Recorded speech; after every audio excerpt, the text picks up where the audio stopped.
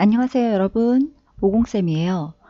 중2 확률 심화 네 번째 시간 교점의 X좌표와 확률에 대해서 문제를 하나 풀고요. 비교적 간단한 문제 하나 더 풀어서 두 문제 풀도록 할게요.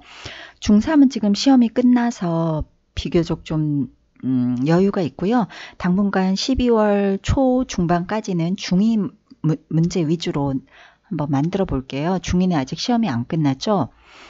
자, 36번 한 개의 주사위를 두 번 던져서 첫 번째에 나오는 눈의 수를 A, 두 번째에 나오는 눈의 수를 B라 할 때 두 직선 y는 x-a와 y는 -2x 플러스 b의 교점의 x좌표가 3이 될 확률을 구하시오 라고 했어요. 자, 그러면 먼저 한 번 던져서 A, 두 번 던져서 B가 나올 때 라고 했으니까 뭐뭐 할 때 여기가 분모가 되는 거죠.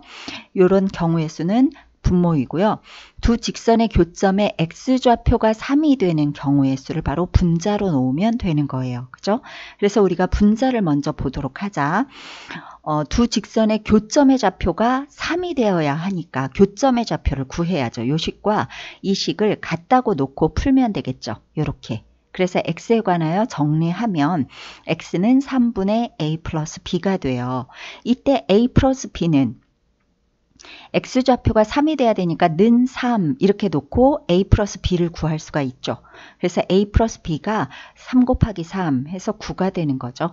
자, 그러면 첫 번째 눈이고 b는 두 번째 눈이니까 1,8도 9지만 8이라는 것은 주사위에 없죠. 그래서 그 조건을 만족하는 걸 써보면 3,6, 4,5, 5,4, 6,3 해서 네 가지가 나와요. 그래서 두 그래프의 교점의 x좌표가 3이 되는 경우의 수는 네 가지, 즉 분자가 네 가지. 그럼 분모는 나누기 두 번 던져 나오는 눈의 수, 눈에 나올 수 있는 경우의 수. 그러니까 6가지에서 곱하면 되죠.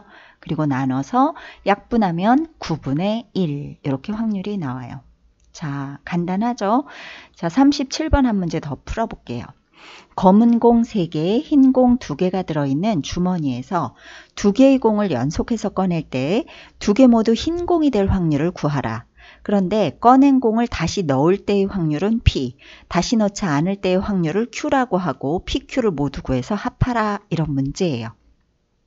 먼저 5개의 공이 들어있는 주머니에서 2개의 공을 연속해서 꺼낼 때 이게 바로 분모가 되는 거겠죠. 이때 모두 흰 공, 요것이 바로 모두 흰 공이 되는 경우의 수, 요게 바로 분자가 되는 거죠. 그죠? 그런데 이렇게 간단하게 하나, 분모 하나, 분자 하나 구할 수 있는 것이 아닌 것이 다시 넣을 때와 다시 넣지 않을 때를 구하라고 했으니까 다시 넣을 때 분모분의 분자, 다시 넣지 않을 때 분모분의 분자를 두 번 구하면 되는 거예요. 그냥. 따라서 먼저 우리는 다시 넣을 때를 구하자. 다시 넣는다는 건 주머니 속에 한번 꺼냈을 때에도 주머니 속에 다시 넣다 보니까 5개의 공이 여전히 들어있을 것이고 흰 공도 꺼냈다가 다시 넣으니까 여전히 두 번째 공을 꺼낼 때도 흰 공은 여전히 2개가 있을 거예요. 그래서 분자 먼저 구해보도록 하면 흰 공이 연속해서 2번 나와야죠. 첫 번째 흰 공이 나오는 경우는 2개 중에 하나니까 2. 두 번째 흰 공이 나오는 경우도 2개 중에 하나니까 2예요. 왜 2개냐면 다시 넣었으니까. 따라서 2 곱하기 2. 자, 그렇다면 분모는요.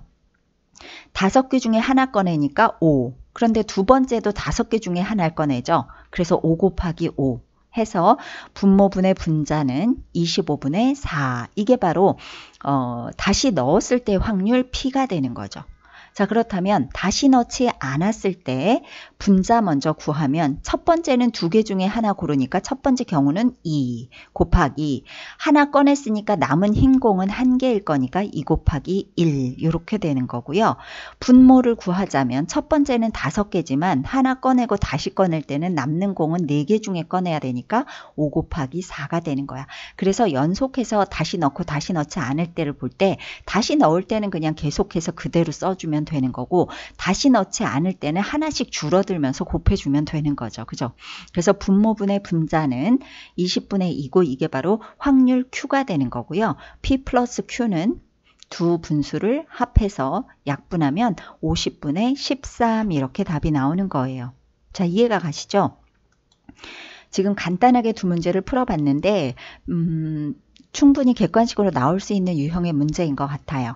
자, 동영상이 도움이 되셨다면, 그리고 다음번에 모르는 문제를 쌤 동영상 중에 찾아서 또 보실 의향이 있으시다면 구독을 누르고 봐주시기를 부탁드리고요. 선생님은 다음번에 더 좋은 동영상으로 최대한 쉽게 만들어서 여러분을 또 찾아뵐게요. 다음 시간에 봐요.